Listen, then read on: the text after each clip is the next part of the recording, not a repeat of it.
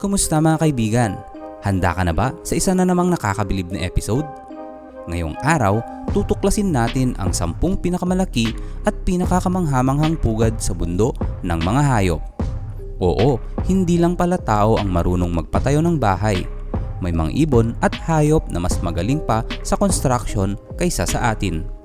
Sa video na ito ay subukan din natin makakuha ng 1,000 likes.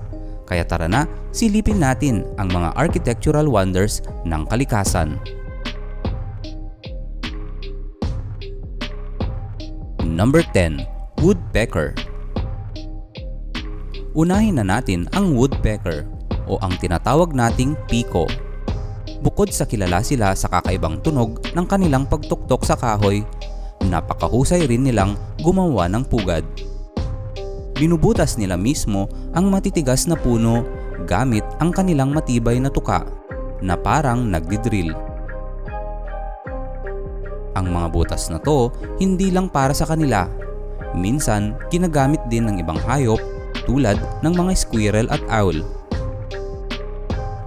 Simpleng itsura, pero grabe sa tibay at effort.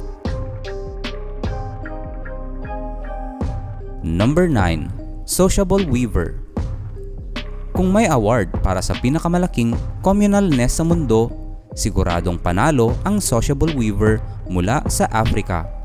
Isipin mo, isang pugad na kasing laki ng isang kotse at pwedeng tirhan ng higit 100 na ibon.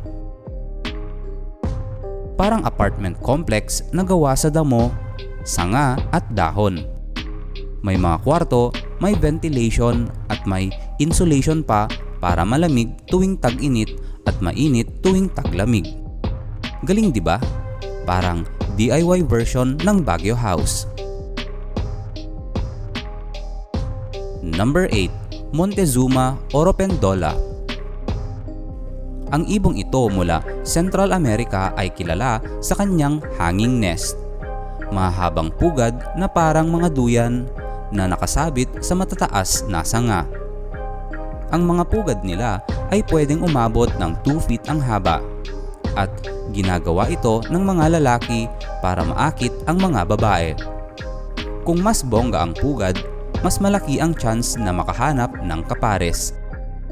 Para sa kanila, pugad ang love language.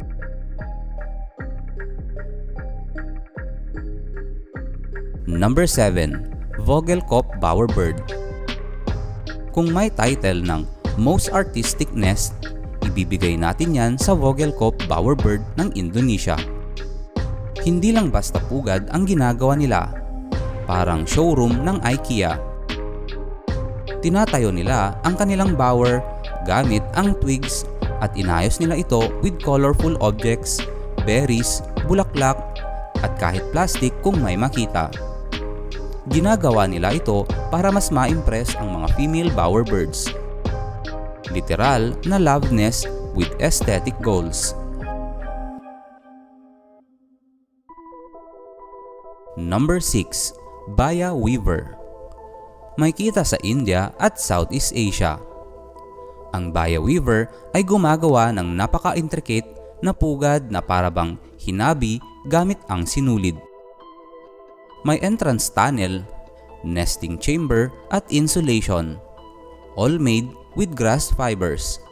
At hindi lang isa, kadalasan marami silang pugad sa isang puno, parang subdivision. At syempre, lalaki rin ang gumagawa nito para maka-attract ng partner. Lodi ang effort mga kaibigan.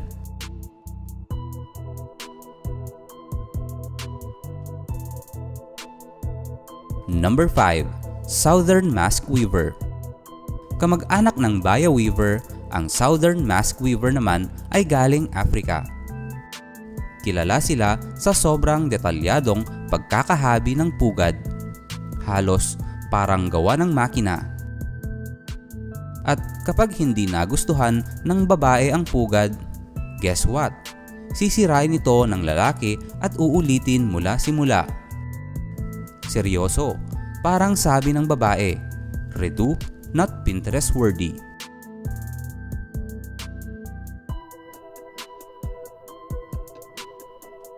Number 4. Swallow. Ang mga swallow o layang-layang ay kilala sa kanilang cup-shaped nest na kadalasang makikita sa mga gilid ng bubong, pader o kuweba. Gawa ito sa putik at damo at dinidikit gamit ang kanilang sariling laway, parang natural na glue. Kahit maliit lang ang kanilang pugad, matibay ito at kayang tumagal ng ilang seasons. Number 3. Hammerkop. Ang hammerkop, isang ibon mula Africa, ay gumagawa ng sobrang solidong pugad na para bang mini fortress. Umaabot sa 1.5 meters ang lapad nito. May dingding at may entrance tunnel. Sobrang tibay na kahit mga predator ay hirap makapasok. Kaya kung may best in security, panalo na sila.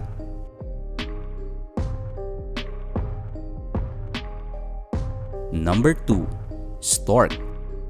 Ang mga stork ay gumagawa ng napakalaking pugad. Kadalasan sa mga tuktok ng puno, poste o abandonadong gusali. Pwede itong lumaki ng hanggang 2 meters ang lapad at tumatagal ng maraming taon. Dahil ginagamitan ito ng sanga, damo at kahit plastik kung meron sa paligid. Minsan, pinapamana pa ito sa mga anak nila at legacy nest kumbaga. Number 1. Common Swift. At number 1 ang common swift, hindi dahil sa laki ng pugad niya, kundi dahil sa paraan ng paggawa nito. Bakit kakaiba? Gumagawa sila ng pugad habang nasa ere. Gamit ang laway bilang glue, dinidikit nila sa pader ng matataas na gusali o kuweba ang mga balahibo, damo o anumang kaya nilang pulutin habang lumilipad. Isipin mo yan, multitasking to the highest level.